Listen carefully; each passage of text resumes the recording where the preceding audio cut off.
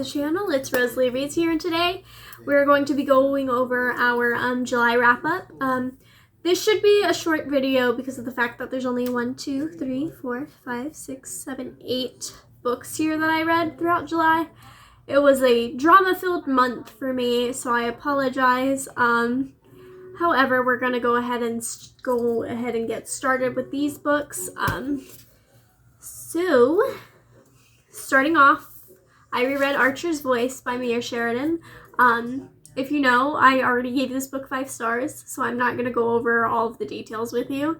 But it does include a lot of tropes, so it does have grumpy sunshine trope, sort of, bad girl, shy guy trope, you know, stuff like that. I love this book so much to my very core, and I was so happy when I finally got the physical copy within the same month of July. So it was amazing. Yeah. Moving on to, you guys are going to be disappointed in me. Yeah, this is what I did. I was curious. I will admit it, and I am unfortunately sorry. It wasn't bad per se, but would I read it again? Probably not. I'd say 3.5. Yeah. For right now, 3.5. That's where this is gonna go.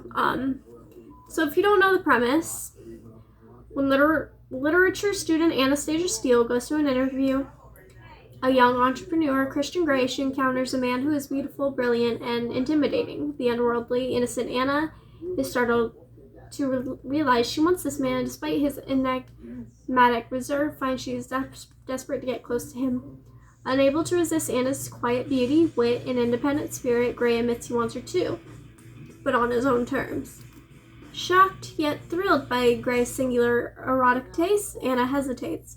For all the trappings of success, his multinational business is his vast wealth, his loving family, Grey is a man tormented by demons, consumed by the need to control.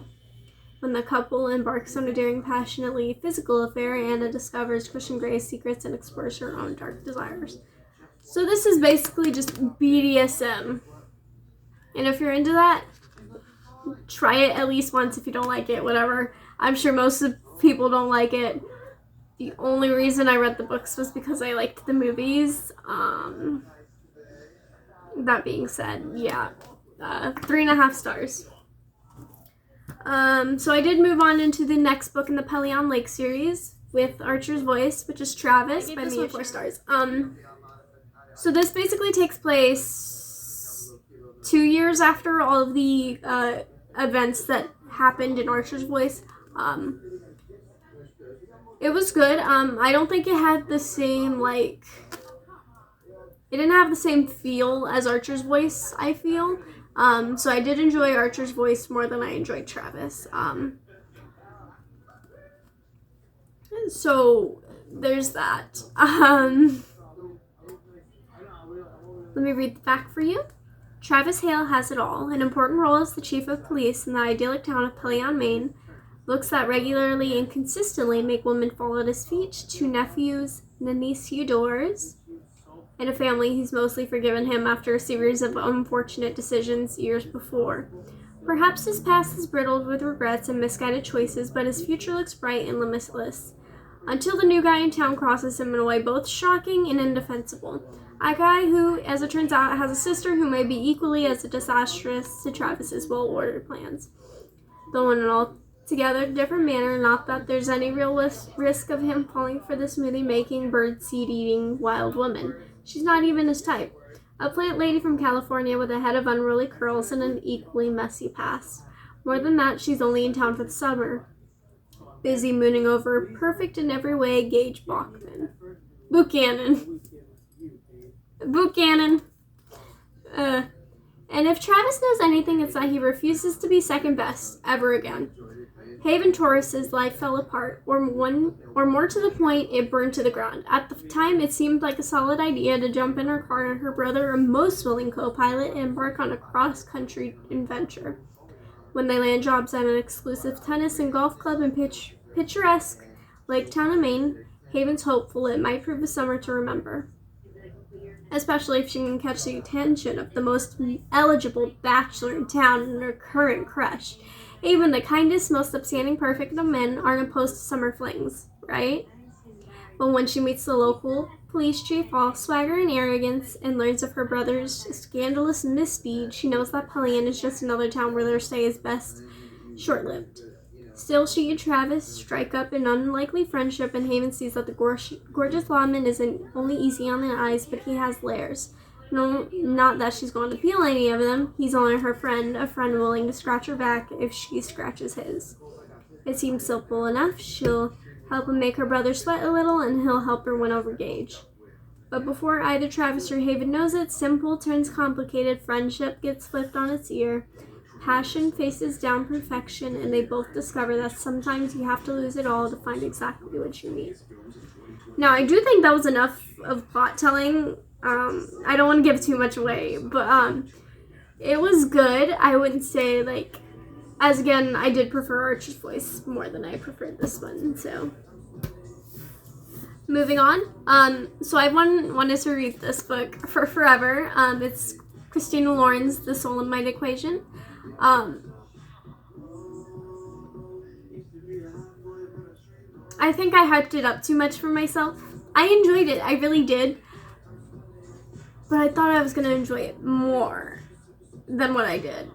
And I feel like I hyped it up over the years. I went up and up and up and up and up. And then I finally read it. And it just went down. It was a good book. However, I did give it, I think, 4 stars as well. 4.5. I did expect this to be like a 5, 5, 5, 5, 5, 5, 5 star. Where I just kept adding 5s onto the notebook. So that was my bad. I do like the concept. I did like the concept. However, it's just felt, I didn't feel the connection between the two main characters. I love the single parent trope though. Like, it's the best trope ever. I love it. But I just didn't feel the connection between the two characters, personally. So that might have been the issue as well. Let me go ahead and read the description for you. A heartfelt and funny novel about what happens when two people with everything on the line are thrown together by science. Or is it fate? Single mom Jessica Davis is a data and statistics wizard, but no amount of number crunching can convince her to step back into the dating world. Jess has been left behind too often to feel comfortable letting anyone in. Her mother disappeared when she was 6, leaving her to be raised by her grandparents, and her ex deciding he wasn't bother material before their daughter Juno was even born. Jess holds her loved ones close, but working constantly to stay afloat is hard and lonely. But then she hears about Genetic Ally, a new DNA-based matchmaking company that promises to change dating forever. Finding a soulmate through data, the reliability of numbers, this Jess understands. At least she thought she did, until her test shows an unheard of 98% compatibility with Genetic Ally's founder, Dr. River Pina, a stuck-up, stubborn man who is without a doubt not her soulmate. But Genetic Ally has a proposition. Get to know him and we'll pay you. Jess, who is barely making ends meet, is in no position to turn it down, despite her skepticism about the project and her dislike for River. As the pair are dragged from one event to the next as the diamond mesh that could launch Genetic Ally's valuation sky high, Jess begins to realize that there might be more to the scientists and the science behind a soulmate than she thought. Funny, warm, and full of heart, the soulmate equation proves that the delicate balance between fate and choice can never be calculated. Now, my issue with this, it promised enemies to lovers. However, I do not feel like we got enough of that enemies to lovers. It didn't feel like they were enemies at all to me. It felt very friendship from the start. There was a little bit of banter, and then it kind of just faded out for me. It didn't feel enemies to lovers. I did love the single parent trope. However, the connection, I didn't feel it. I do think it was good in a sense, and I see what everyone's been talking about, but I also think that I overhyped it completely too much in my own heart, that I was just not seeing what I wanted in it. So, there's that issue. So, moving on, Beach Read, I gave Beach Read 4 stars. Again, I've been waiting to read this book for a long time because I loved Emily Henry's People We Meet on Vacation. I've been wanting to read this longer than I've been wanting to read People We Meet on Vacation back there. But I got my hands on People We Meet on Vacation first, so I read that one first. And then I finally got this one, and I was like, the heavens, they've spoken. It's her turn, you know? It's her turn. I loved it. 4 stars. Again, I do feel like I overhyped it a little bit in my heart because I did not, you know, I loved the fact that it was, he loved her first, trope. I love that trope so much because I don't see it a lot particularly, but when I see it, it's like, oh, I want to keep you forever and ever. Anyways, I'm going to read the synopsis, and then I'll continue on with the review. Augustus Everett is an acclaimed author of literary fiction. January Andrews writes best-selling romance when she pens a happily ever after, and he kills off his entire cast. They're polar opposites. In fact, the only thing they have in common is that for the next 3 months, they're living in a neighboring beach houses, broke and bogged down with writer's block. Then one hazy evening, one thing leads to another, and they strike a deal designed to force them out of their creative ruts. Augustus will spend the summer writing something happy, and January will pen the next great American novel. She'll take him on field trips worthy of any rom-com montage, and it'll take her to interviews surviving members of a backwoods adult death cult. Obviously, everyone will finish a book, and no one will fall in love, really. So again, my issues with this one was it promises interviews and a bunch of adventures. I feel like we didn't get enough adventures for them to be writing the opposite genres. I did like the concept again, and Augustus, he's great. We love Augustus. We love him so much. Especially when he said, hang on, I'll find the quote. It doesn't matter. What he said is important still, and I can remember some of it off the top of my head. And he said, you know, she brought it up at the beginning of the story, and she was like, you know, love is when you wake up and you look at the person that you're sleeping next to and you just feel overwhelmed that they exist.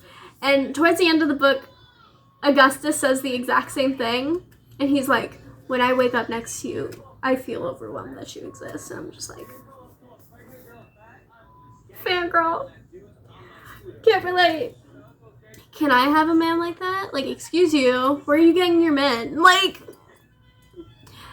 men written by women. We love it. It's amazing. Anyways,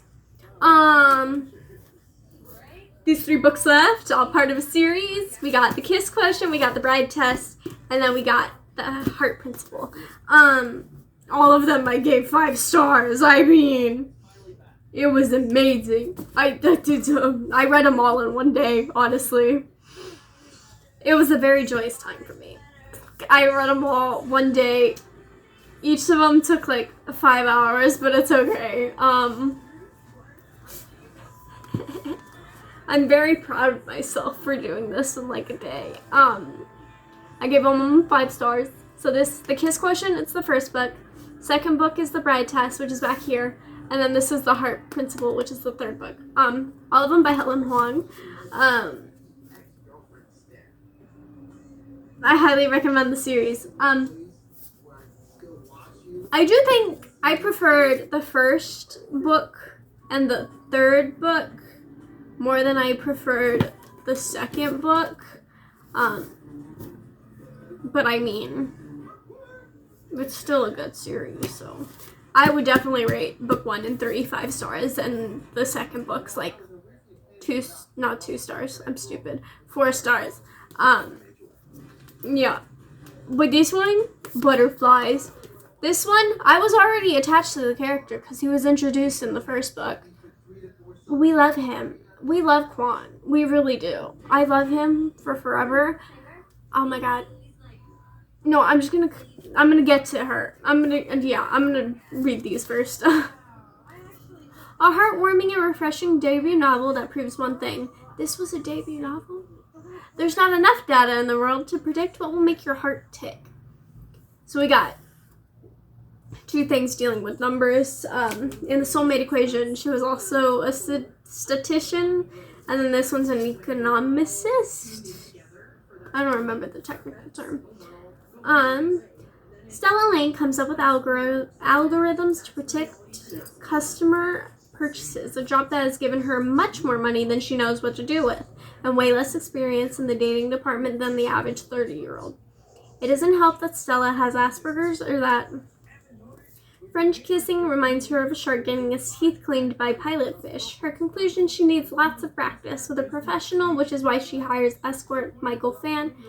With the looks of K-drama star and the martial art moves to match, the Vietnamese Swedish stunner can't afford to turn down Stella's offer.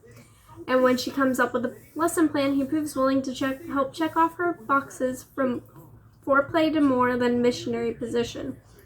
Before long, Stella not only learns to appreciate his kisses, but to crave all of the other things he's making her feel. Their no-nonsense partnership starts making a strange kind of sense. The pattern that emerges will convince Stella that love is the best kind of logic. Now, with this series, it's very inclusive to autism, and since the author is autistic herself, I do think she had an amazing way of interpreting it, and it just fit within the books. Oh, there's my bookmark. I thought I lost you. Again, as I was saying, I did feel like she did a great job at putting herself onto paper, and the books were just very well written. I adored the storyline in the first book, and it was great. I loved it. We love the kiss quotient. And the fact that it took so long for me to read these books, I could have just picked them up, and I would have been happy, you know? Why did I wait so long? Why? This is a good book. This is a good series. It really is. I'm very happy with myself for reading these. Yeah. But yeah, I love Michael in this. I love Stella. But yeah, I did love the inclusivity when it came to the autism. All of these characters have autism, and it just kind of helps you recognize tells and all of their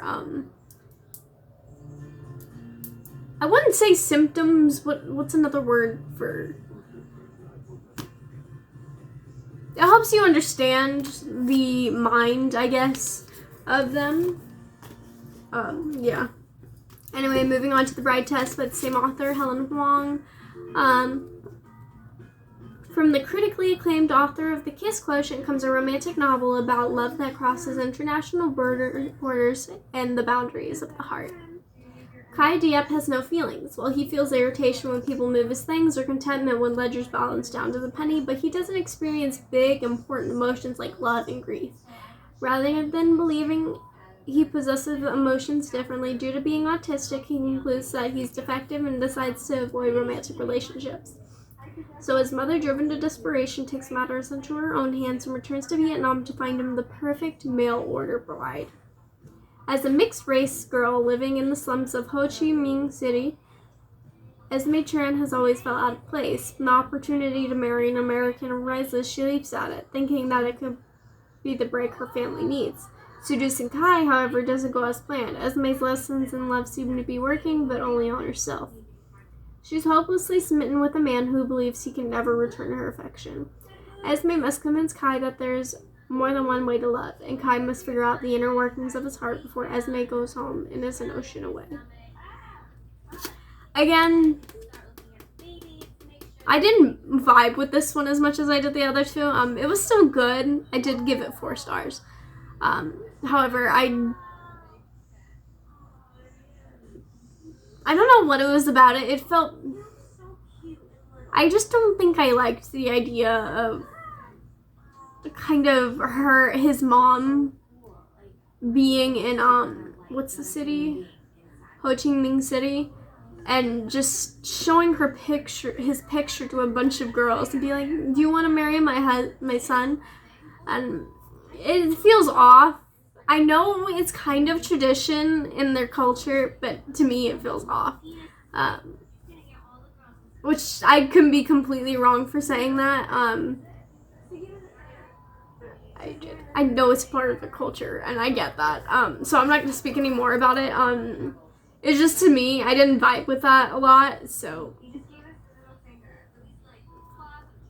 what can you do?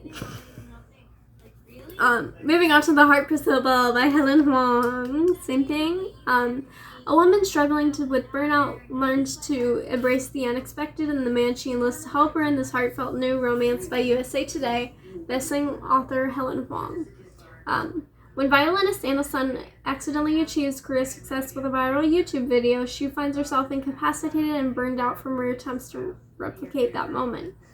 And when her longtime boyfriend announces that he wants an open relationship before making a final commitment, a hurt and angry Anna decides if he wants an open relationship, then she does it too. Translation: she's going to embark on a string of one-night stands. The more unacceptable the men, the better. That's where tattooed motorcycle riding Quan Diep comes in. Their first attempt at a one-night stand fails, and as does their second and third, because being with Quan is more than sex. He accepts Anna on an unconditional level that she herself has just begun to understand. However, when tragedy strikes Anna's family, she takes on a role that she is ill-suited for until the burden of expectations starts to destroy her. Anna and Quan have to fight for their chance at love, but to do that, they have to fight for themselves. Let me just say this. I loved the book, and then we got midway through, and I got very agitated. Because of the way, Anna keeps her mouth shut, and I understand that it's like, when you have, like, when you're, what's the word, autistic, you do tend to hide things, you do tend to keep them shut, but it irritated me so bad, and I was, like, on the edge of my seat for, like, the last half, and I was like, what do I do? I was so ready to throw the book across the room, and I couldn't. Like, I'm surprised I got through it. I was like,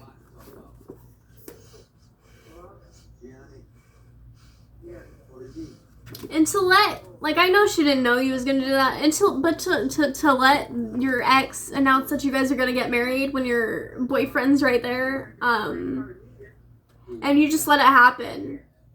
You let your ex kiss him on the mouth. Okay.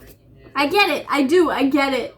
I get that that's an autistic thing, that she doesn't know what to do, and she's just going with Fluffer right now. I'm just like, babe, that's gonna hurt Quan. Like,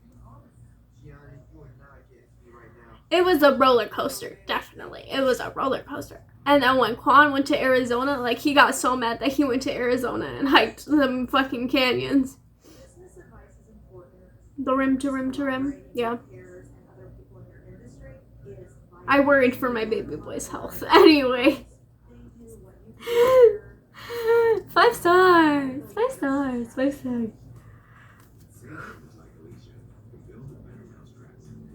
I was just on the edge of my seat for that one. I was so nervous, and I was like, okay.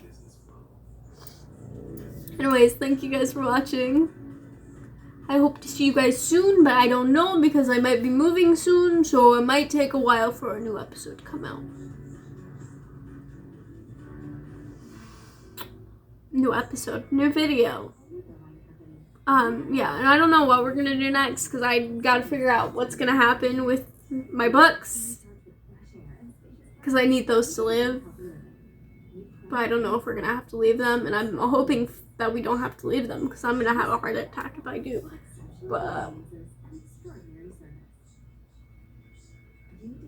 I'm gonna figure my life out real quick. Yeah. I hate that I just did that on camera, no less. But yeah, thank you guys for watching. If you like this video, like, comment, subscribe. Let me know how you felt about any of these books if you read them. Let me know your opinions. Let me know, like, any book recommendations. I will read them eventually. But considering that my want to read list has 3,000 books on it, it might not be soon that I get to it. Because I'm a mood reader. As I said, I do read off of my mood. But yes, we will see you guys in the next video. Thank you. Bye-bye.